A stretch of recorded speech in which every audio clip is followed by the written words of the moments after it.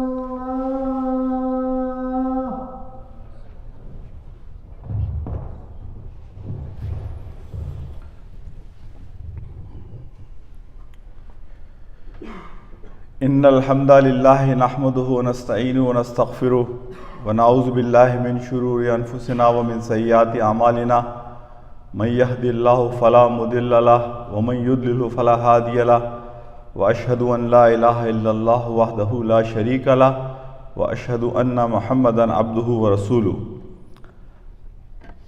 बाद औज़ु बिल्लाहि मिनश शैतानिर रजीम बिस्मिल्लाहिर रहमानिर रहीम। फ़अम्मल इंसानु इज़ा मब्तलाहु रब्बुहु फ़अक्रमहु व नअमहु फ़यक़ूलु रब्बी अक्रमन व अम्मा इज़ा मब्तलाहु फ़क़दर अलैहि रिज़्क़हु फ़यक़ूलु रब्बी अहानन कल्ला बल ला तुक्रिमूनल यतीम वला तहाद्दून अला तआमिल मिस्कीन व तअकुलूनत तुरास अक्लन लम्मा व तुहिब्बून माल हुब्बन जम्मा कल्ला इज़ा दुक्कतिल अर्दु दक्कन दक्का रब्बि इश्रह ली सदरी व यस्सिर ली अमरी वहलुल उक़दतम मिन लिसानी यफ़क़हू क़ौली। अल्लाहुम्मा अरिनल हक़्क़ हक़्क़न वरज़ुक़ना इत्तिबाअह व अरिनल बातिल बातिलन वरज़ुक़ना इज्तनाबा। आमीन या रब्बुल आलमीन। फ़अम्मल इंसानु इज़ा मब्तलाहु रब्बुहु फ़अक्रमहु व नअमहु फ़यक़ूलु रब्बी अक्रमन व अम्मा इज़ा मब्तलाहु फ़क़दर अलैहि रिज़्क़हु फ़यक़ूलु रब्बी अहानन कल्ला बल ला तुक्रिमूनल यतीम वला तहाद्दून अला तआमिल मिस्कीन व तअकुलूनत तुरास अक्लन लम्मा व तुहिब्बून माल हुब्बन जम्मा कल्ला इज़ा दुक्कतिल अर्दु दक्कन दक्का रब्बि इश्रह ली सदरी व यस्सिर ली अमरी वहलुल उक़दतम मिन लिसानी यफ़क़हू क़ौली। अल्लाहुम्मा अरिनल हक़्क़ हक़्क़न वरज़ुक़ना इत्तिबाअह व अरिनल बातिल बातिलन वरज़ुक़ना इज्तनाबा। My respected brothers and my sisters, today inshallah the subject of my khutbah is Deen O Donya. Every Nabi came in this world for only one reason. And the reason was to let us know about the world we all will face after this life, to make us aware of the life after this life, to make us aware to get ready, because this dunya is just a transition.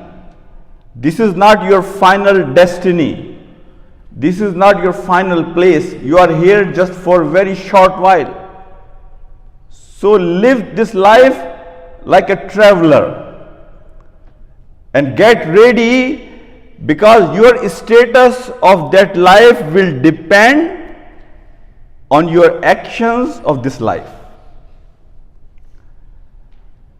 And our Deen wants us to live this life in a very light mode, that we don't have too much burden on ourselves. We live life which is happy life, that our eyes are on the life of hereafter. Our life becomes overwhelmed and burdened when we go away from our Deen. And that is the reminder, inshallah, today that I want to talk, that our Deen is not for Rahbaniyat. Our Deen doesn't allow us to go away from this dunya and live in jungle, or just confine yourself to masjid. But our Deen wants us to live this life, but live this life according to the divine guidance given by Allah subhanahu wa ta'ala, so that you will be happy in this life and even more happier when you will depart from this dunya. And you will be away from all the calamities of this dunya, like depression, worries, huzn, fear, as long as you follow the Deen. Rabi bin Amir Raziyallahu Ta'ala anhu, when he was in the castle of Rustam, and when Rustam asked Rabi bin Amir Raziyallahu Ta'ala anhu, why you came here? You people of desert, you people uncivilized, why you are what you are doing here, coming to this civilized nation? And what is the teaching of your Prophet? If you remember three answers of Rabi bin Amir, the first answer of Rabi bin Amir was, and before I share with you those answers again, just remember one thing: all those three answers have only one message, is to free ourselves from the chains and shackles of this dunya, and to provide us the true freedom, so that we can live this life as a happy life, and we are ready to face the next life. The first answer, Rabi bin Amir says to Rustam, that our Prophet wants us to free ourselves from all the false gods and give ourselves in the slavery of one true God. I know when I say this, it sounds very easy, but let's look at our life. That if we really truly free ourselves from all the false gods, really that is the true freedom that you and me we can attain. Most of the time I have seen movements, they want us freedom from the religion. But brothers and sisters, we as a Muslim, we have to understand freedom from religion means that you are giving yourself in the slavery of other human beings.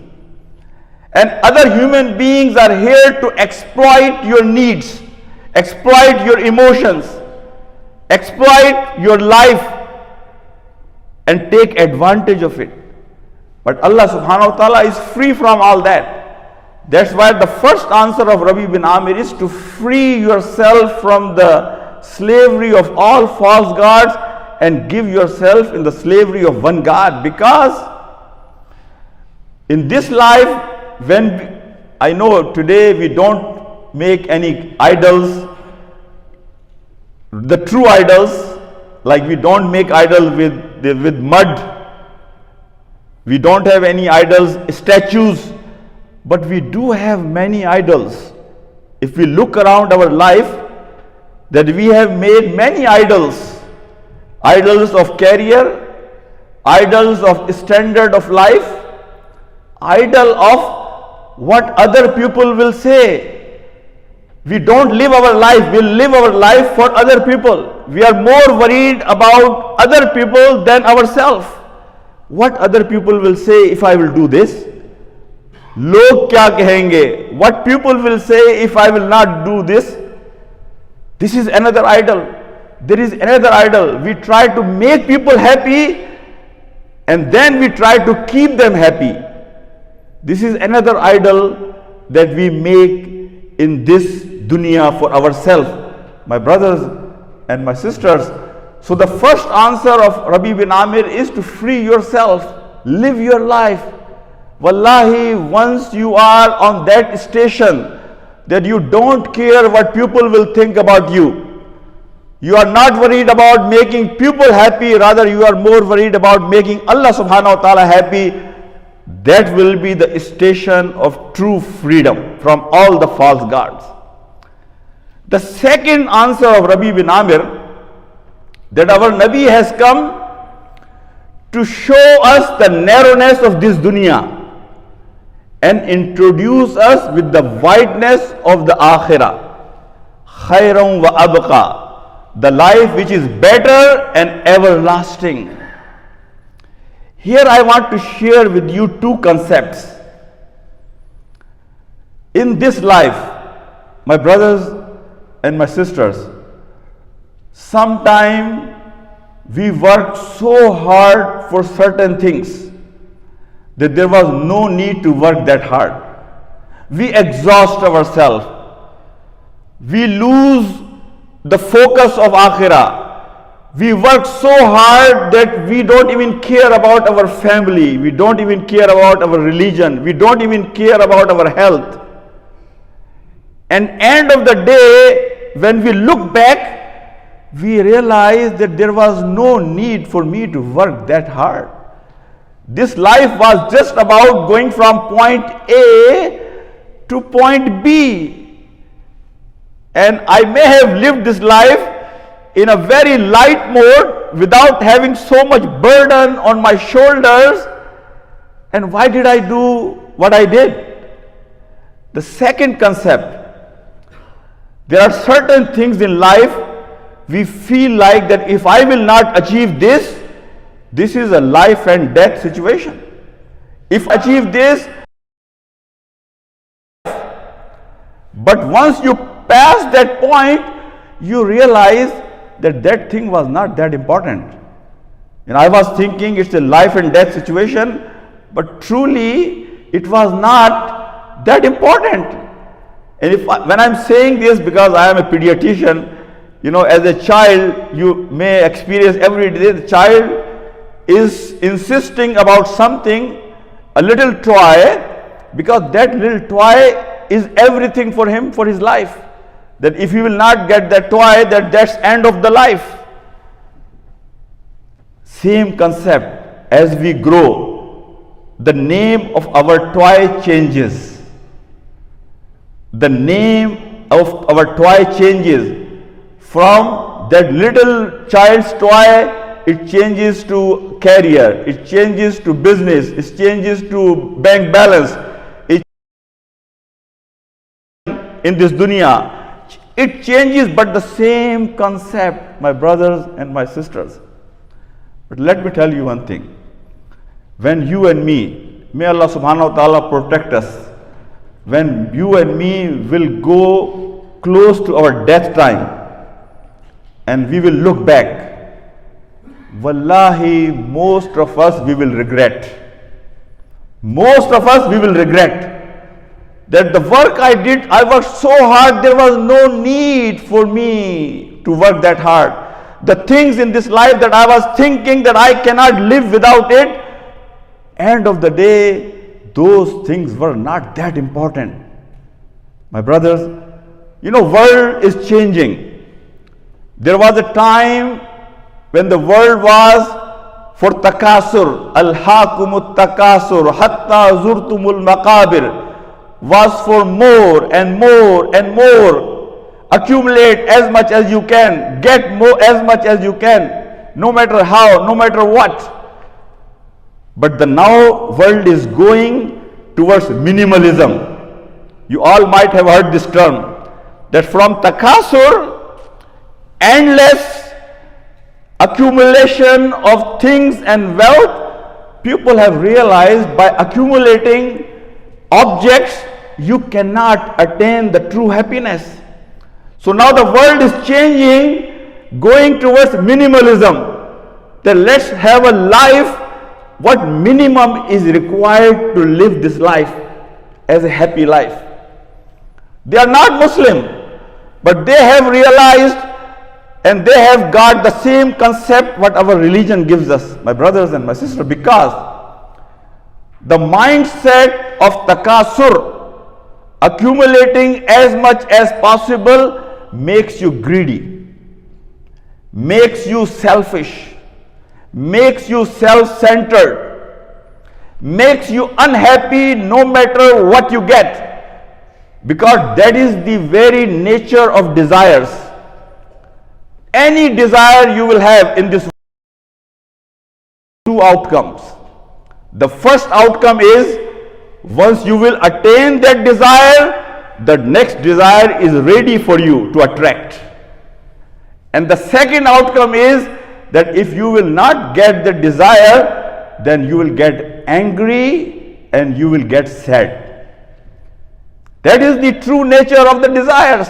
So that is the mentality, mindset of takasur. On the other hand, the mindset of minimalism, that live your life whatever is minimum required to go from point A to point B, gives you more contained heart with qanaat, heart that you are more watchful and careful of about other people. You have sympathy, you want to make sure you are self-centered. You are not just thinking about yourself. And that minimalism concept, that whatever minimum is needed for this life, will keep you contained and happy. Because you are not in the race of one thing after the other, one thing after the other. Rather, you have put pause on your life and you can reflect that where exactly I should go. My brothers and my sisters, the third thing which Rabi bin Amir says, and before I will address the third thing, I also want to share with you few more things about this dunya. Today, I see most of us are unhappy. If you do survey of any community, rich or poor, USA or Pakistan or Saudi Arabia, you will see 99% people, they are unhappy. They are not satisfied. They don't feel like that they have really achieved in life what they are supposed to achieve. And I want to give you few tips about that. Number one, my brothers, number one reason of our unhappiness is our ungratefulness. We are na shukre. We are unthankful of the bounties that Allah subhanahu wa ta'ala has given us. And this social media, because what you see on screen, it seems like that other side of the grass is green. If social media has made everybody think that I am the poorest of the world, and everybody else got everything they needed. They are the most happy people. Look at them. They are traveling from here to there. Look at their life, how happy they are. Look at my misery. So everybody, because of social media, looks at his glass as half empty. He never looks at his glass as half full, rather he looks as half empty. So this social media has created this vacuum in our life, which has also made us more unthankful of the bounties that Allah subhanahu wa ta'ala has given. The second reason I will give you, because we are so consumed in this dunya that we have forgotten about our relationships. We don't even care about our relationships anymore, because for us the most important thing is mighty dollar. And while I'm talking about mighty dollar, let me share with you a few things. My brothers, before I go for mighty dollar, let me tell you one thing. The oldest study of Harvard University, which I may have shared with you, people who can really and truly live happy life on this planet are the people, they have good family relationship. Good family relationship. I traveled to Pakistan. I have seen this journey towards worst in last 20-25 years. There are not many people, they are really truly connected in brotherly and sisterly relationship, that they are close to each other. Everybody is on their own and wants to have a solo flight, doesn't care about anybody around them. So if we want truly the life of happiness, to make sure that we take care of our relationship. Our religion, Al-Islam, is such a beautiful religion. As I said in the beginning of my khutbah, our Deen wants us to live life with least burden on our back. Live this life in a very light mode. Live this life so that you will be happy in this dunya and you will be happy in the life hereafter. This Deen, which is the most precious Deen that Allah subhanahu wa ta'ala has given us, that we don't value. We have the diamond, we don't value. We have the book of Allah subhanahu wa ta'ala, which is the only book on this planet to guide us. It took 6,000 years, my brothers, 6,000 years for Allah subhanahu wa ta'ala to reveal this ayah. Al-yawma akmaltu lakum deenakum wa atmamtu alaykum ni'mati wa raditu lakumul islama deena. It took 6,000 years for humanity to grow spiritually, physically, mentally, that Allah can reveal this ayah, that I am completing my ni'mah on you today, and I have chosen Deen al-Islam for you. And this ayah of Quran, Inna nahnu nazzalna zikra wa inna lahu lahafizun.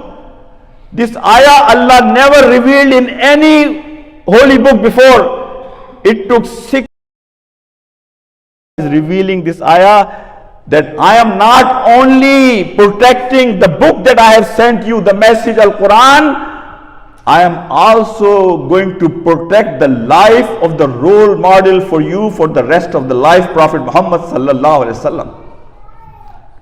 So Allah promised not only the protection of the Quran, which we have in our hand, Allah protected the life of the Prophet Muhammad sallallahu alaihi wasallam, so he can become role model for us. And Prophet Muhammad sallallahu alaihi wasallam is the only human being on this planet for whom Allah subhanahu wa ta'ala has removed this separation of private life and public life. Allah made Prophet's bedroom for you and me model. When Allah has given such a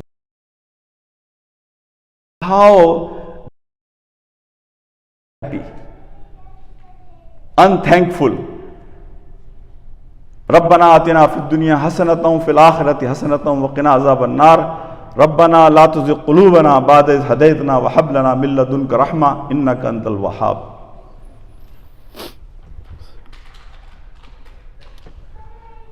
Bismillah, Alhamdulillah, Wassalatu Wassalamu ala Rasulullah Sallam.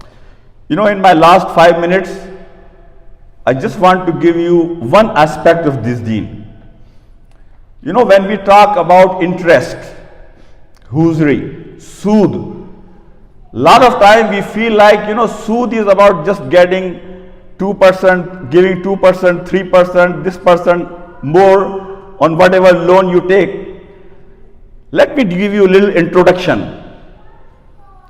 Sood, interest, my brother, is not just about giving more money or taking more money on the loan. It's a mindset. It's an approach. It's your paradigm about life. Because the person who is involved in interest is basically, that person has certain qualities that you should know. That mentality, that mindset is the mindset of accumulation. That's the mindset of taking advantage from the needs of the people. That is the mindset to recruit agents so they can market your product, your ideas, to make people buy things they don't need. There is a word called israf. People will spend money on things which are halal more than what they should. And tabzir, people will buy because of the advertisement and temptation things which are haram, which are not allowed in this deen.